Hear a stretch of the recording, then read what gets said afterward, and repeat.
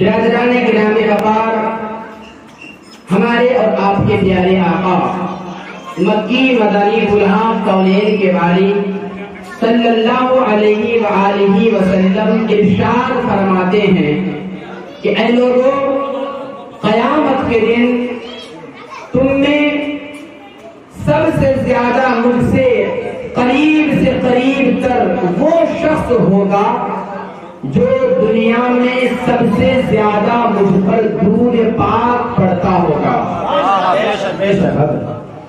آقا دو جہاں صلی اللہ علیہ وآلہ وسلم کے پیارے دیوانوں، اور ایک شاعر کہتے ہیں کہ درود آتا ہے لب پر، سلام آتا ہے، درود آتا ہے لب پر، سلام آتا ہے، زباں پر جب بھی محمد کا نام آتا ہے صلی اللہ علیہ وسلم۔ درود آتا ہے لب پر، سلام آتا ہے، زباں پر جب بھی محمد کا نام آتا ہے۔ اور پڑھو کیوں نہ میں درود رسول اکرم پر، پڑھو کیوں نہ میں درود رسول اکرم پر، یہ نام سب کی مصیبت میں کام آتا ہے، یہ نام سب کی مصیبت میں کام آتا ہے۔ تو آئیے ایک مرتبہ میں اس انداز میں آپ کو پڑھاؤں، میرے ساتھ میری آواز میں آواز ملا کر کے پڑھیں۔ الصلاۃ والسلام علیک یا رسول اللہ، الصلاۃ والسلام علیک یا حبیب اللہ،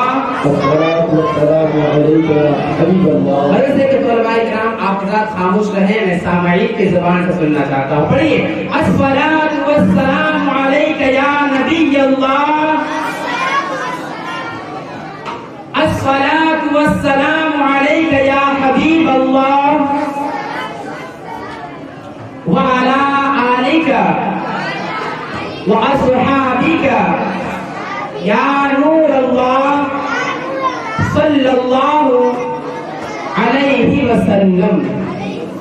سبحان اللہ۔ اللہ پاک ہمارے درود پاک پڑھنے کو اپنی بارگاہ میں قبول عطا فرمائے۔ برادران گرامی وقار، وقت کی قلت ہے، آئیے میں آپ حضرات کے سامنے چند ناصحانہ کلمات پیش کر کے اپنی جگہ لے لوں گا۔ آقا کریم صلی اللہ علیہ وآلہ وسلم کے پیارے دیوان، ہم اور آپ اس بات سے بخوبی واقف ہیں کہ آج ہم اور آپ جشن دستار بندی کے عظیم محفل میں بیٹھے ہوئے ہیں۔ برادران گرامی وقار، جشن دستار بندی ہر ایک کے سر پر امام شریف نہیں باندھا جاتا ہے، ہر ایک کے سر پر دستار حفظ نہیں باندھا جاتا ہے، دستار حفظ اسی کے سر پر باندھا جاتا ہے جو مدرسے کی چار دیواری کے اندر رہ کر قرآن پاک کو اپنے سینے میں محفوظ کر لیتا ہے۔ اور الحمدللہ عز و جل آج ہمارے درمیان جناب حافظ محمد مکتوم رضا صلی اللہ علیہ وسلم نے مدرسے کی چار دیواری کے اندر رہ کر قرآن کریم کو اپنے سینے میں محفوظ کرنے کی بہت زیادہ سعی کیے ہیں، بہت زیادہ کوشش کیے ہیں۔ اللہ عز و جل نے ان کی کوششوں کو قبول فرما کر ان کے سینے میں قرآن پاک کو محفوظ فرما دیا ہے۔ اسی کی خوشی پر آج یہ محفل منعقد کی گئی ہے۔ برادران گرامی وقار، قرآن عظیم وہ مقدس کتاب ہے جس میں اللہ تبارک و تعالی نے خود قرآن پاک کے بارے میں ارشاد فرمایا، ذالک الکتاب لا ریب فیہ، یہ وہ ایسی عظیم کتاب ہے کہ جس میں شک و شبہ کی کوئی گنجائش ہی نہیں ہے۔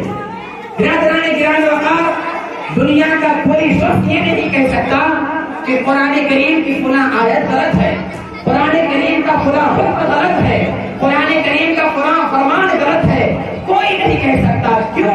کیونکہ اللہ نے فرما دیا یہ وہ کتاب ہے جس میں شک و شبہ کی کوئی گنجائش ہی نہیں ہے، اور جو بھی قرآن کریم پر شک و شبہ کرے گا، قرآن کریم کو بری نظروں سے دیکھے گا، اللہ پاک اسے ہی دنیا سے مٹا دے گا۔ قرآن کریم کو بری نظروں سے دیکھنے والا ابو جہل آیا، آج مر کر مٹی میں مل گیا۔ قرآن کریم کو بری نظر سے دیکھنے والا فرعون آیا، آج مٹی میں مل گیا۔ قرآن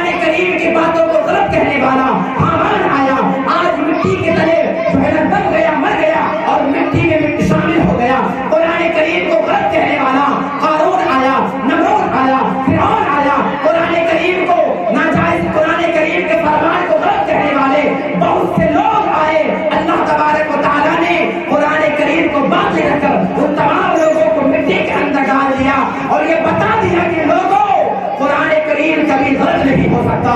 قرآن کریم کا ہر حکم، قرآن کریم کا ہر فرمان صحیح ہے، درست ہے، کیونکہ اللہ تبارک و تعالیٰ کا یہ کلام ہے، دنیا کے کسی اور کا یہ کلام نہیں. اور اللہ کا کلام کبھی غلط نہیں ہو سکتا. اللہ نے قرآن مقدس میں فرمایا لا تبدیل لکلمات اللہ، اللہ کے کلمات میں کوئی تبدیلی نہیں ہے. اور اللہ نے قرآن میں جو فرما دیا اب وہ قیامت تک باقی رہے گا. کوئی اسے مٹا نہیں سکتا، کوئی اسے ہٹا نہیں سکتا، کوئی اسے حذف نہیں کر سکتا. اللہ اکبر کبیرہ. اسی قرآن مقدس میں اللہ تبارک و تعالیٰ نے علم والوں کا مرتبہ بیان فرمایا ہے. اسی قرآن مقدس میں اللہ تبارک و تعالیٰ نے ماں باپ کے حقوق کو بتایا ہے. اسی قرآن مقدس میں اللہ تبارک و تعالیٰ نے حلال و حرام کے بارے میں بتایا ہے. اسی قرآن مقدس میں اللہ تبارک و تعالیٰ نے نماز، روزے اور حج و زکات کے بارے میں فرمایا ہے. اسی قرآن مقدس میں اللہ تبارک و تعالیٰ نے تمام تر نیک اعمال کا ذکر کیا ہے. آقا کریم صلی اللہ علیہ وسلم کے پیارے دیوانوں، اتنی عظیم کتاب، اتنا بڑا اللہ کا کرام جو ہمارے درمیان موجود ہے، لیکن افسوس تو اس بات پر ہے آج ہم میں سے کتنے ہیں جو قرآن، جسے قرآن پڑھنا آتا ہے، آج ہم میں سے کتنے ہیں جو اپنے بچوں کو قرآن کا قاری بناتے ہیں؟ آج ہم میں سے کتنے ہیں جو اپنے بچوں کو قرآن کا حافظ بناتے ہیں؟ نہیں، ہم قرآن کو پڑھنے کی طرف نہیں جاتے، قرآن کو سمجھنے کی طرف ہم اپنے ذہن و فکر کو نہیں ڈالاتے. آقا کریم صلی اللہ علیہ وسلم کے پیارے دیوانوں، آج کی اس مختصر سی محفل سے میں آپ کو یہ پیغام دینا چاہتا ہوں، آپ اپنے بچوں کو علم ضرور دیجیے. یاد رکھیے اس دنیا میں دو طرح کے علوم ہیں، ایک ہے دنیاوی علوم اور ایک ہے دینی علوم. دنیاوی علوم اور دینی علوم دونوں انسان کو عزت و عظمت عطا کرتا ہے، لیکن یاد رکھے جس نے صرف اور صرف دنیاوی علوم حاصل کیا وہ صرف دنیا ہی میں اپنا مقام پا سکتا ہے، دنیا ہی میں وہ معزز ہو سکتا ہے، دنیا ہی میں لوگوں کے درمیان ان کا مقام و مرتبہ بلند ہو سکتا ہے. لیکن جس نے دنیاوی علوم کے ساتھ ساتھ دینی علوم کو بھی حاصل کیا، میرے آقا فرماتے ہیں جس نے دینی علوم کو حاصل کیا ان کا مرتبہ اللہ پاک دنیا میں بھی بلند فرما دیتا ہے، مرنے کے بعد بلند فرما دیتا ہے. نعرے تکبیر، نعرے تکبیر، نعرے رسالت، نعرے رسالت، مسلک اعلیٰ حضرت، مسلک اعلیٰ حضرت، جشن عید میلاد النبی، جشن عید میلاد النبی، نعرے تکبیر، نعرے رسالت. میں آپ سے پوچھنا چاہتا ہوں، ہم اپنے بچوں کو اسکول اور کالج میں ایڈمیشن کرواتے ہیں، اسکول اور کالج میں داخلہ کرواتے ہیں، کروانا چاہیے، کیونکہ مسلمان کا ہر بچہ جہاں حافظ قرآن ہو وہی ماسٹر بھی بن کے چلے. مسلمان کا ہر بچہ جہاں قرآن کا قاری ہو وہاں مسلمان کے بچوں کو ڈاکٹر بھی بننا چاہیے. مسلمان کا بچہ جہاں قرآن کو اپنے سینوں میں محفوظ کرنے والا ہو وہی مسلمان کے بچوں کو پروفیسر بھی بننا چاہیے، انجینئر بھی بننا چاہیے، کیونکہ اللہ تبارک و تعالیٰ نے مسلمانوں کو جو مقام عطا فرمایا ہے، مسلمانوں کو جو عزت و عظمت عطا کیا ہے، دنیا کے کسی مذہب کے ماننے والوں کو مقام عطا نہیں فرمایا ہے. میں آپ سے پوچھنا چاہتا ہوں، ہم اور آپ جب اپنے بچوں کو اسکول میں داخلہ کرواتے ہیں، ایک اسکول میں ایڈمیشن کرواتے ہیں یا کسی کالج میں ان کا ایڈمیشن کرواتے ہیں، تو اسکول کے ٹیچر، اسکول کے اساتذہ ہمارے بچوں کو کیا سب سے پہلا جو سبق دیتا ہے وہ ہے A for apple, B for boy, C for cat, D for dog, E for elephant یا E for egg. ہمارے بچے جب اسکول میں داخلہ لیتے ہیں، ہم اپنے بچوں کو جب اسکول میں ایڈمیشن کرواتے ہیں تو سب سے پہلے انہیں یہی کتا اور بلی کا جو ہے علم دیا جاتا ہے، انہیں یہی بتایا جاتا ہے کہ بیٹا A for apple ہوتا ہے، B for boy ہوتا ہے، C for cat ہوتا ہے. اور اگر کسی اسکول میں کوئی اردو پڑھانے والا استاد بھی ہو تو سب سے پہلا استاد وہی استاد ہمارے بچوں کو اسکول میں ہی پڑھاتے ہیں. بیٹا بولو الف سے انار، بی سے بلہ، سی سے بیٹا بولو الف سے انار، با سے بال، جی ہاں، اور اسی طرح تا سے تالا، تا سے ثمر، یعنی دنیاوی علوم کے بارے میں، دنیاوی شے کے بارے میں انہیں سکھاتے ہیں. اور جب ہم اپنے بچوں کو کسی مدرسے میں داخلہ کرواتے ہیں تو مدرسے کے اساتذہ، مدرسے کے مدرسین اسے کیٹ، ڈاگ، ایگ اور اسی طرح ایلیفینٹ وغیرہ کی تعلیم نہیں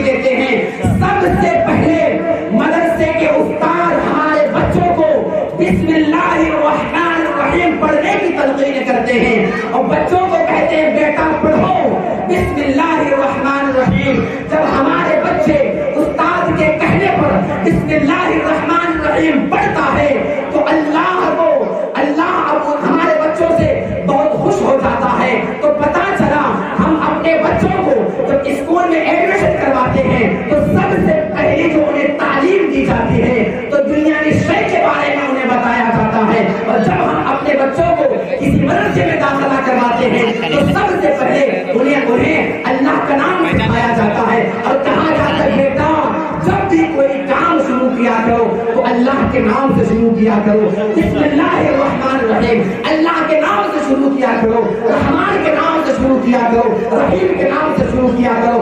آقا کریم صلی اللہ علیہ وسلم کے پیارے دیوانوں, اب آپ فرماتے چلے جب کوئی مدرسے کا ایک بچہ صرف اور صرف بسم اللہ الرحمن الرحیم پڑھتا ہے, سب سے پہلا جو بچہ مدرسے میں جا کر قرآن کی جو پہلی تعلیم حاصل کرتا ہے یعنی بسم اللہ الرحمن الرحیم, تو اس کی فضیلت میں ایک واقعہ میں آپ کو سنانا چاہتا ہوں. اور مجھے امید ہے کہ جب آپ اس واقعے کو سنیں گے تو اپنے بچوں کو قرآن کی تعلیم ضرور دلوائیں گے انشاءاللہ. اب سنیے, حضرت عیسیٰ علیہ السلام ایک قبرستان کے پاس سے گزرتے ہیں. حضرت عیسیٰ علیہ السلام ایک قبرستان کے پاس سے گزرتے ہیں. آپ کی نظر ایک قبر پر پڑتی ہے اور آپ دیکھتے ہیں کہ اس قبر کے اندر جو موجود مردہ ہے اس پر جو عذاب ہو رہا ہے. وہ شخص قبر میں موجود مردہ اللہ کے عذاب میں گرفتار ہے, اللہ کے عذاب میں گرفتار ہے. حضرت عیسیٰ علیہ السلام یہ دیکھ کر تھوڑی دیر آگے چلے جاتے ہیں. آگے چلنے کے بعد آپ استنجا سے فارغ ہو کر پھر دوبارہ اس کی قبر کے پاس آتے ہیں اور دوبارہ اس کی قبر پر اپنی نظر ڈالتے ہیں تو دیکھتے ہیں کہ وہی مردہ جو ابھی سے کچھ لمحے پہلے اللہ کے عذاب میں گرفتار تھا لیکن ابھی ابھی ان کی قبر میں اللہ کی رحمتوں کا نزول ہو رہا ہے. ابھی ابھی وہ شخص جنت کے باغات میں ٹہل رہا ہے. حضرت عیسیٰ علیہ السلام اللہ کی بارگاہ میں عرض کرتے ہیں مولا یہ کیا ماجرا ہے, مولا یہ کیا ماجرا ہے. ابھی ابھی میں نے جس شخص کو جہنم کے عذاب میں گرفتار دیکھا تھا لیکن ابھی کچھ لمحے کے بعد میں دیکھ رہا ہوں کہ وہی شخص جنت کے باغات میں ٹہل رہا ہے. تو اللہ تبارک و تعالیٰ نے حضرت عیسیٰ علیہ السلام کو بتایا اور فرمایا کہ اے عیسیٰ, اے روح اللہ سنو ضرور یہ شخص گناہگار تھا, بدکار تھا, اپنے گناہوں کی وجہ سے اپنی بدکاری کی وجہ سے جہنم کے سخت عذاب میں گرفتار تھا. لیکن یہ شخص مرنے سے پہلے اپنی بیوی کو حاملہ چھوڑ آیا تھا اور اس مردے کے گھر میں ایک لڑکا پیدا ہوا, ایک بچہ پیدا ہوا. تو اس بچے کی ماں نے یعنی اس مردے کی بیوی نے اپنے بچے کو مدرسے میں داخلہ کروایا اور مدرسے کے استاد نے اس چھوٹے سے بچے کو بسم اللہ الرحمن الرحیم پڑھائی. بچے نے اللہ کا نام لیا, بسم اللہ الرحمن الرحیم پڑھا تو مجھے حیا آ گئی کہ میں اس شخص کو زمین کے اندر عذاب دوں جس کا بیٹا زمین کے اوپر مجھے رحمان اور رحیم کے لیے پکار رہا ہے. تو مجھے حیا آ گئی, میں نے اس بچے کے بسم اللہ الرحمن الرحیم پڑھنے کی بدولت ان کے باپ کو جہنم سے نکال کر جنت کے باغات میں ڈال دیا. ذرا سوچے, ہمارا بچہ جب بسم اللہ پڑھتا ہے تو ان کی اتنی بڑی سعادت ہے. تو جس کا بچہ حافظ قرآن ہو جاتا ہے, جس کا بچہ عالم دین بڑھ کر چمکنے لگتا ہے, اس کے ماں باپ کا مقام و مرتبہ کتنا بلند ہوگا. لیکن ہاں یاد رکھیں, ہر حافظ قرآن کا ماں باپ جنتی نہیں ہوگا, ہر عالم دین کا ماں باپ جنتی نہیں ہوگا. کس حافظ قرآن کے ماں باپ کے سر پر جو تاج رکھا جائے گا, کس عالم دین کے ماں باپ کے سر پر تاج رکھا جائے گا, میں آپ کو بتانا چاہتا ہوں صرف حافظ بننا کمال نہیں ہے بلکہ حافظ بن کر قرآن کو یاد کر کے قرآن کے احکام پر عمل کرتے ہوئے اپنی زندگی کو جو حافظ قرآن بسر کرتے ہیں اس کے ماں باپ کو جنت میں, اس کے ماں باپ کو میدان محشر میں جنتی تاج پہنایا جائے گا. پتہ چلا قرآن کے احکام پر عمل کرتے ہوئے جو حافظ قرآن اپنی زندگی بسر کرتا ہے، قرآن کے احکام پر عمل کرتے ہوئے جو عالم دین اپنی زندگی کو بسر کرتا ہے، اللہ پاک انہیں بھی جنت نصیب فرمائے گا، ان کے ماں باپ کو بھی جنت نصیب فرمائے گا۔ حضرات محترم، چلتے چلتے ایک اور پیغام میں دینا چاہتا ہوں، جتنے بھی حفاظ کرام کے ماں باپ ہیں ان کے لیے ایک پیغام، خاص کر حفاظ کرام اور مدرسے میں پڑھنے والے طلباء کرام کے ماں باپ کے لیے ایک پیغام۔ وہ پیغام یہ ہے کہ ہم اپنے بچوں کو کیوں پڑھاتے ہیں، ہم اپنے بچوں کو مدرسے میں داخلہ کیوں کرواتے ہیں؟ اس لیے نا کہ ہمارے بچے کے اندر قرآن کی تعلیم آ جائے، ہمارے بچے حلال و حرام کی تمیز کر سکے۔ تو جب ہمارے بچے مدرسے سے پڑھ کر گھر آتے ہیں، اپنے ماں باپ کو دین کی تعلیم کے بارے میں بتاتے ہیں، حلال و حرام کے بارے میں بتاتے ہیں، تو ہمارے ماں باپ کا یہ فرض بنتا ہے کہ وہ اپنے بچوں کی بات کو مانے، وہ اپنے بیٹوں کی بات کو مانے، کیونکہ آپ کا بچہ اب صرف اپنی طرف سے نہیں کہہ رہا ہے بلکہ اللہ کا کلام آپ کو سنا رہا ہے، اللہ کا احکام آپ کو بتا رہا ہے۔ یاد رکھیں مسلمانوں، اسی قرآن مقدس میں جس قرآن عظیم کو یاد کر کے ایک چھوٹا سا بچہ حافظ قرآن بن جاتا ہے، اسی قرآن مقدس میں اللہ تبارک و تعالیٰ نے ہمیں یہ تلقین فرمائی ہے کہ اے لوگوں، حلال کھاؤ اور حرام سے بچو، حلال کھانا کھاؤ، حلال پیو اور حرام سے بچو۔